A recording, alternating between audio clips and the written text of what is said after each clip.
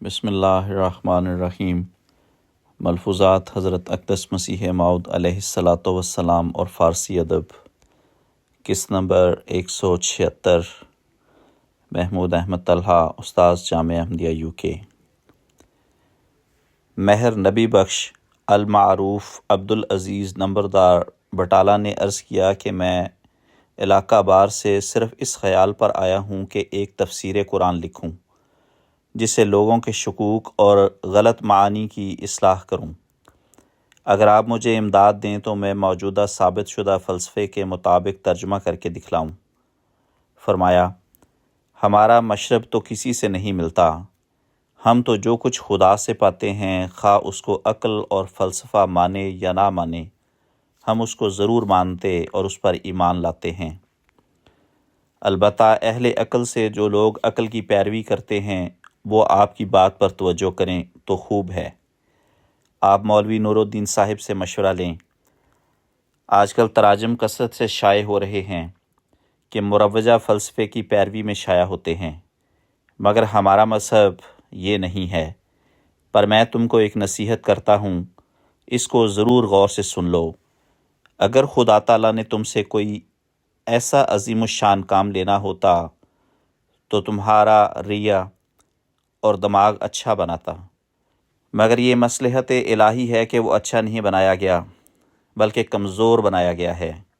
ہر کثیرہ بہر کار ساختند، تم اپنے آپ کو خوش باش رکھو اور خدا تعالیٰ کی منشاء کے خلاف نہ کرو، کیونکہ اللہ تعالیٰ فرماتا ہے کل یعمل علی شاکلتہ، بنی اسرائیل 85۔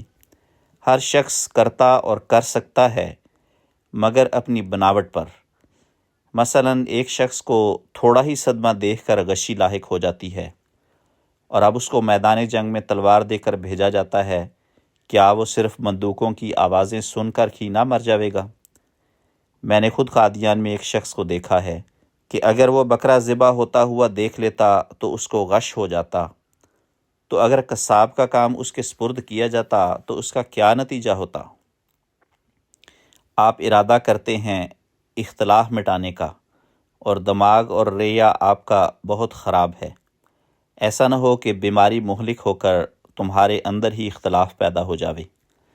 انسانی گواہ تو بے شک ہر شخص کو ملے ہیں، مگر مومن ایک سوراخ سے 2 دفعہ دھوکہ نہیں کھاتا۔ پس آپ پر اس محنت کا پہلے بد اثر ہو چکا ہے۔ آپ کم سے کم پہلے تمام ڈاکٹروں سے دریافت کر لیں کہ آپ اس محنت کے قابل ہیں یا نہیں۔ میں تو بمصداق المستشار و مؤتمن کے ایک امین اور مشفق ناصح ہو کر آپ کو صلاح دیتا ہوں کہ آپ کے گواہ ایسے نہیں کہ اس محنت کو برداشت کر سکیں۔ دوزخ کے 7 دروازے ہیں اور بہشت کے 8، جس رنگ سے اللہ تعالیٰ چاہے یقین عطا فرما دیوے۔ صحابہ اکرام نے علوم فلسفہ وغیرہ کہاں پڑھے تھے؟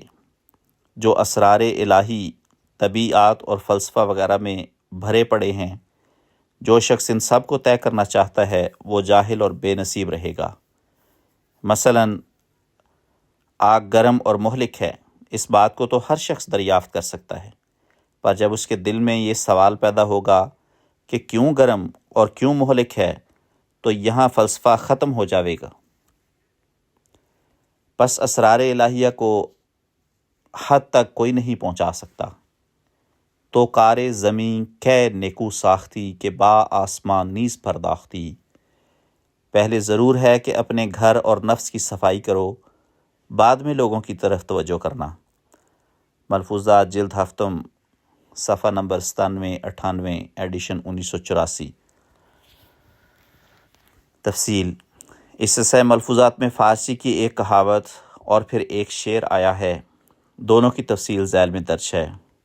نمبر 1، کہاوت: ہر کثیرہ بہر کار ساختند، ترجمہ بصورت اردو کہاوت: جس کا کام اسی کو ساجے۔ یہ دراصل مولانا روم کے فارسی شعر کا ایک مصرع ہے جو ضرب المثل کی صورت اختیار کر گیا ہے۔ مولانا کا مکمل شعر اس طرح سے ہے: ہر کثیرہ بہر کار ساختند، میل آن را در دلش انداختند۔ ترجمہ: ہر ایک کو ایک کام کے لیے بنایا گیا ہے جس کا رجحان اس کے دل میں ڈال دیا گیا ہے۔ داستان فارسی کتب میں اس کہاوت کے پیچھے یہ کہانی بیان کی جاتی ہے کہ ایک دفعہ جنگل میں ایک گدھا جا رہا تھا کہ دفعتاً اس نے ایک بھیڑیے کو دیکھا جو اس کی طرف دوڑا آ رہا ہے۔ گدھا بھاگنے کی فرصت نہ پا سکا تو فوراً اسے ایک ترکیب سوجی اور اس نے لنگڑانا شروع کر دیا۔ بھیڑیے نے قریب پہنچ کر لگڑے پن کی وجہ پوچھی تو گدھے نے کہا، میں چوکڑیاں بھر رہا تھا کہ اس دوران ایک کانٹا میرے پاؤں میں چبھ گیا۔ ساتھ ہی بھیڑیے کو تجویز دی کہ اگر تم مجھے کھانا چاہتے ہو اور اسی طرح کھا لو گے تو کانٹا تمہارے حلق میں پھنس کر تمہیں تکلیف میں مبتلا کر دے گا، اس لیے بہتر ہے کہ کھانے سے پہلے میرے پاؤں سے کانٹا نکال دو۔ بھیڑیا گدھے کے جال میں پھنس گیا اور اس کا پاؤں اوپر کر کے کانٹا نکالنے میں مشغول ہو گیا۔ گدھے نے اس کے منہ پر اس زور سے لات ماری کہ بھیڑیے کے دانت ٹوٹ کر گر پڑے۔ اس پر بھیڑیے نے کہا، میرے ساتھ ایسا ہی ہونا چاہیے تھا، کیونکہ میرے باپ نے جب مجھے قصابی سکھائی تھی تو پھر مجھے طبیب بننے کی کیا ضرورت تھی؟ اسی لیے تو کہتے ہیں کہ جس کا کام اسی کو ساجے۔ نمبر 2 شعر تو کار زمیں کھے نکو ساختی کہ با آسمان نیز پرداختی۔